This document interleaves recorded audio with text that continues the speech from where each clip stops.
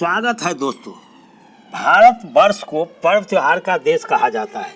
जितने त्योहार भारत में मनाया जाता है उतना शायद दुनिया के किसी देश में नहीं मनाया जाता। भारत के हर एक प्रांत में अलग अलग त्योहार भी मनाया जाता है। यूँ तो पर्व त्योहार की सिलसिला सालों भर चलता है। इसी त्योहार में एक पर्व है छठी का पर्व, जो महापर्व के रूप में मनाया जाता है। छठ पर्व की शुरुआत कैसे हुई, छठ महापर्व कैसे मनाया जाता है, कौन है छठी मैया, क्यों सूर्य उपासना के मौके पर छठी मैया का जयकारा लगाया जाता है तथा उनकी पूजा की जाती है। मैं हूं कृष्ण मेहता, आप देख रहे हैं के मेहता ब्लॉग। अगर आपने चैनल को सब्सक्राइब नहीं किया है तो प्लीज़ चैनल सब्सक्राइब कर ले, जो आगे भी आपको अच्छी अच्छी वीडियो आप तक पहुंचेंगे। आइए जानते हैं। भारत एक ऐसा देश है जिन्हें त्योहारों का देश कहा जाता है। इन पर्वों में से एक पर्व है दीपावली। 5 दिनों तक चलने वाला पर्व सिर्फ भैया दूज तक ही नहीं चलता, बल्कि ये छठ महापर्व तक चलता है। भारत के बिहार, झारखंड तथा उत्तरी यूपी में बड़ी धूमधाम से मनाया जाता है।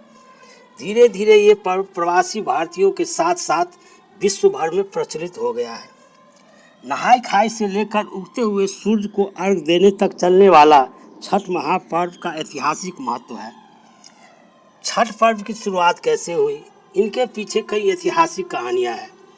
वेद पुराण के अनुसार छठ पूजा की शुरुआत की कहानी राजा परिवंत को लेकर के है। राजा परिवंत को कोई संतान नहीं था। काफ़ी विनती करने के बाद महर्षि कश्यप ने पुत्र प्राप्ति को लेकर एक यज्ञ किया। राजा परिवंत की पत्नी मालती को यज्ञ की आहुति से बनाई गई खीर खिलाई गई। फिर मालती को पुत्र प्राप्त हुई, मगर वो पुत्र मृत्यु पैदा हुआ। राजा पुत्र को लेकर शमशान घाट गए और अपना भी प्राण त्यागने लगे। उसी वक्त भगवान की मानस पुत्री देवसेना प्रकट हुई, क्योंकि वो सृष्टि की मूल परिप्रेक्ष्य के छठे अंश में प्रकट हुई है। इस कारण वो सृष्टि भी कहलाती है। उन्होंने राजा परिवंत से बोली, तुम हमारी पूजा करो और लोगों को भी हमारी पूजा के लिए प्रेरित करो। राजा परिवंत ने पुत्र के कारण देवी सृष्टि की पूजा, आराधना एवं व्रत की। कुछ महीनों बाद राजा को पुत्र की प्राप्ति हुई।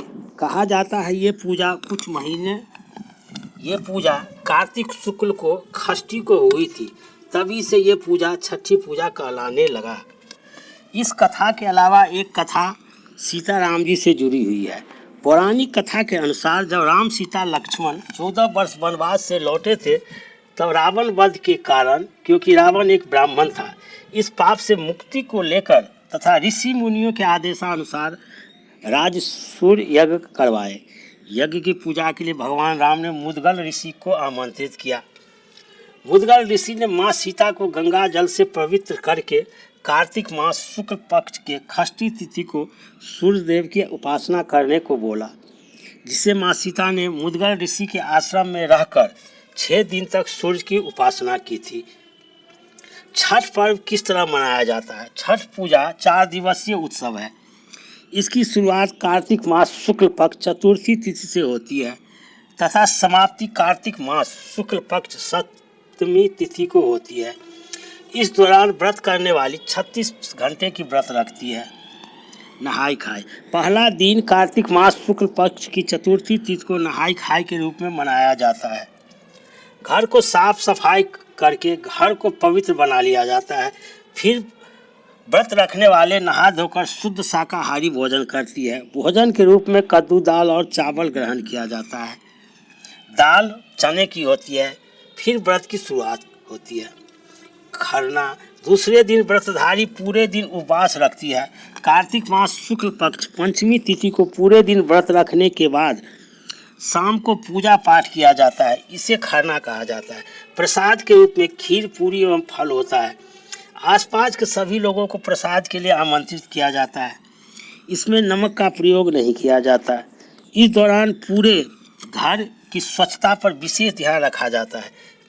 तीसरे दिन संध्या अर्घ, कार्तिक मास शुक्ल पक्ष षष्ठी तिथि को दिन में प्रसाद बनाया जाता है।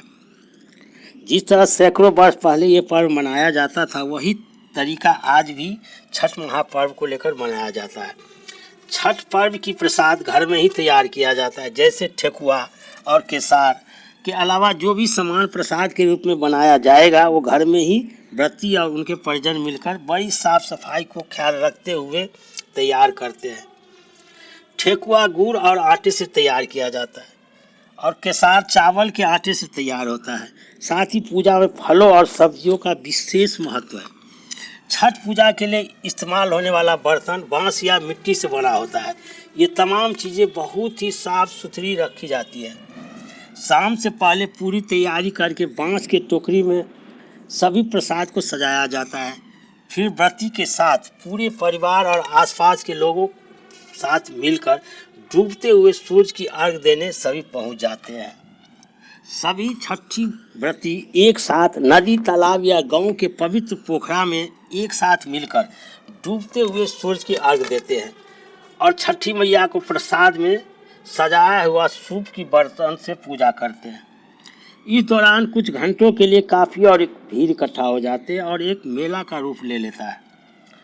चौथा दिन कार्तिक मास शुक्ल पक्ष 7वीं तिथि को उगते हुए सूरज का अर्घ दिया जाता है।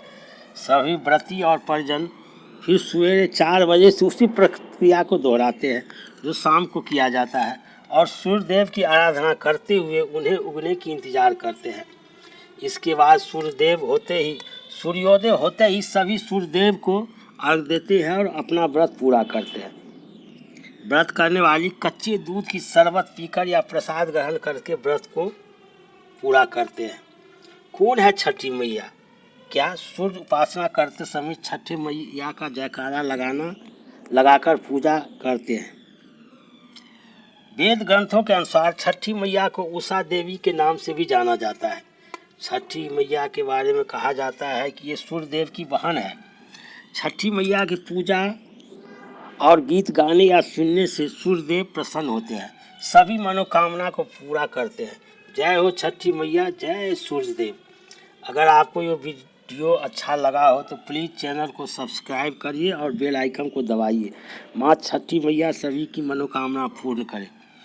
इस वीडियो को देखने के लिए आप सभी का दिल से धन्यवाद।